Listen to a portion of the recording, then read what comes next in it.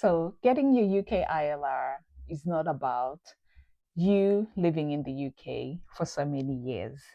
One small mistake can delay or completely refuse your application. So, in this video, I'm going to be sharing exactly what I did right, the mistakes I did, and one thing I almost did wrong that almost cost me everything. Hi everyone, my name is Tay Diaries. Welcome back to my channel. If you're new here, I share about real life UK immigration experiences. I share about motherhood, and I also share about the journey that I've taken to be in the UK. If you're planning to do your ILR or you have already started counting your days, this video is for you. So this is just a follow-up video to the one that I've done before. And this is a bit detailed because so many questions have come and people have asked on exactly how my journey went on. So I'm just going to take you step by step and hopefully it's going to help someone.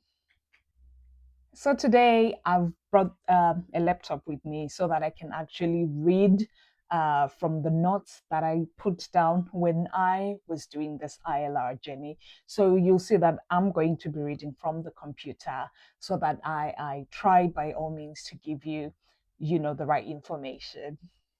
So what this video is going to cover, I'll break down this video into two parts.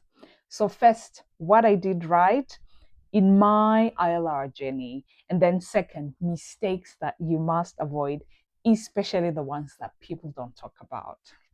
So part one, let's get on to it. So I did make sure that I tracked my dates properly. What do I mean about this? What I mean is that for you to track your dates properly is making sure that you know your date of arrival. You know the date your visa was issued when you were coming to the UK. So, just to make your life easy, there is what we call the ILR calendar. I'm going to put it on description box, and you can actually use the ILR calendar to help you with tracking your dates. And it can give you the exact date or the window period that you should have applied within.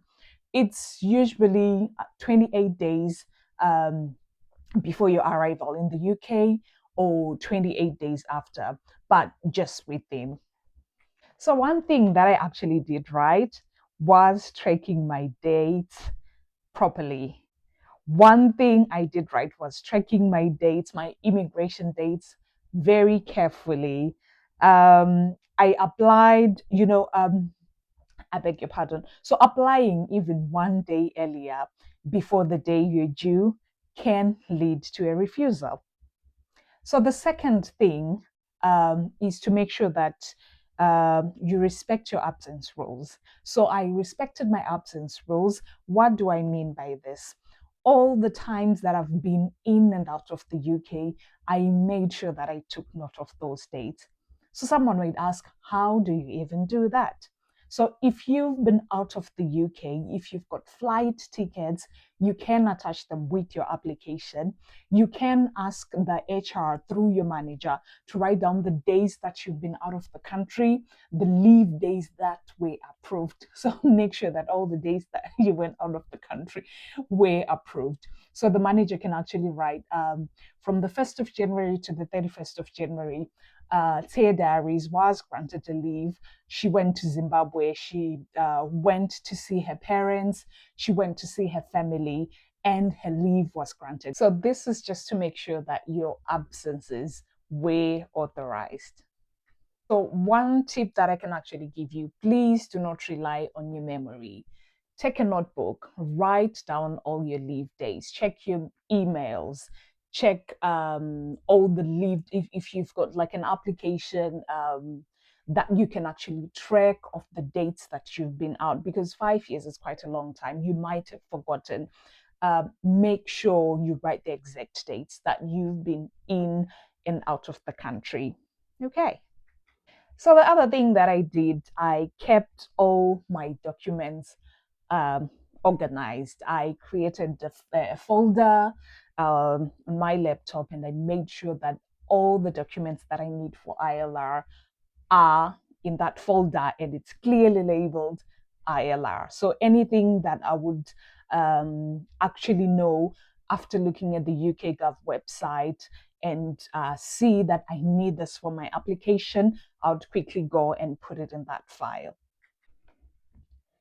Scrambling for documents close to your submission date causes a lot of panic and mistakes. So make sure that you've got all your documents organized before applying.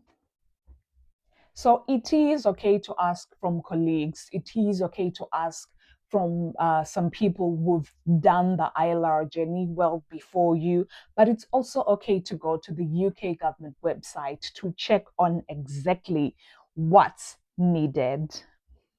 So, mistakes to avoid: waiting until the last minute. This is one of the worst mistakes that people do. People then want to start rushing last minute, looking for documents, asking colleagues. At the end of the day, you're getting the wrong information. You are full of panic. You don't even know. Probably you haven't even done your life in the UK test. So make sure you do your things timely. So, mistake number two: ignoring small details. What do I mean about this?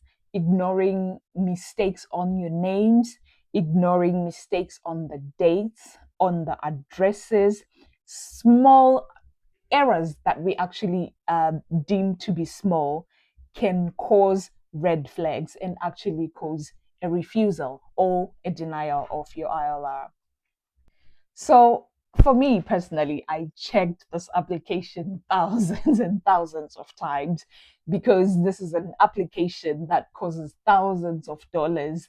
So honestly, I really didn't want to risk losing my money, losing all the hard-earned cash just because of small errors.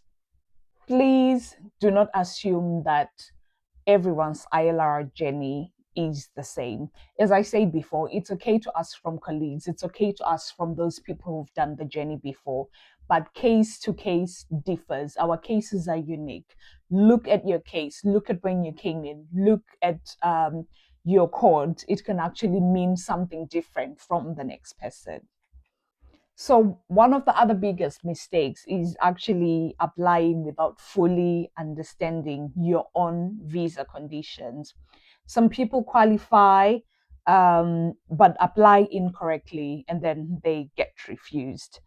My biggest lesson from this journey, from this ILR journey, is patience. ILR just teaches you to be patient, to be patient.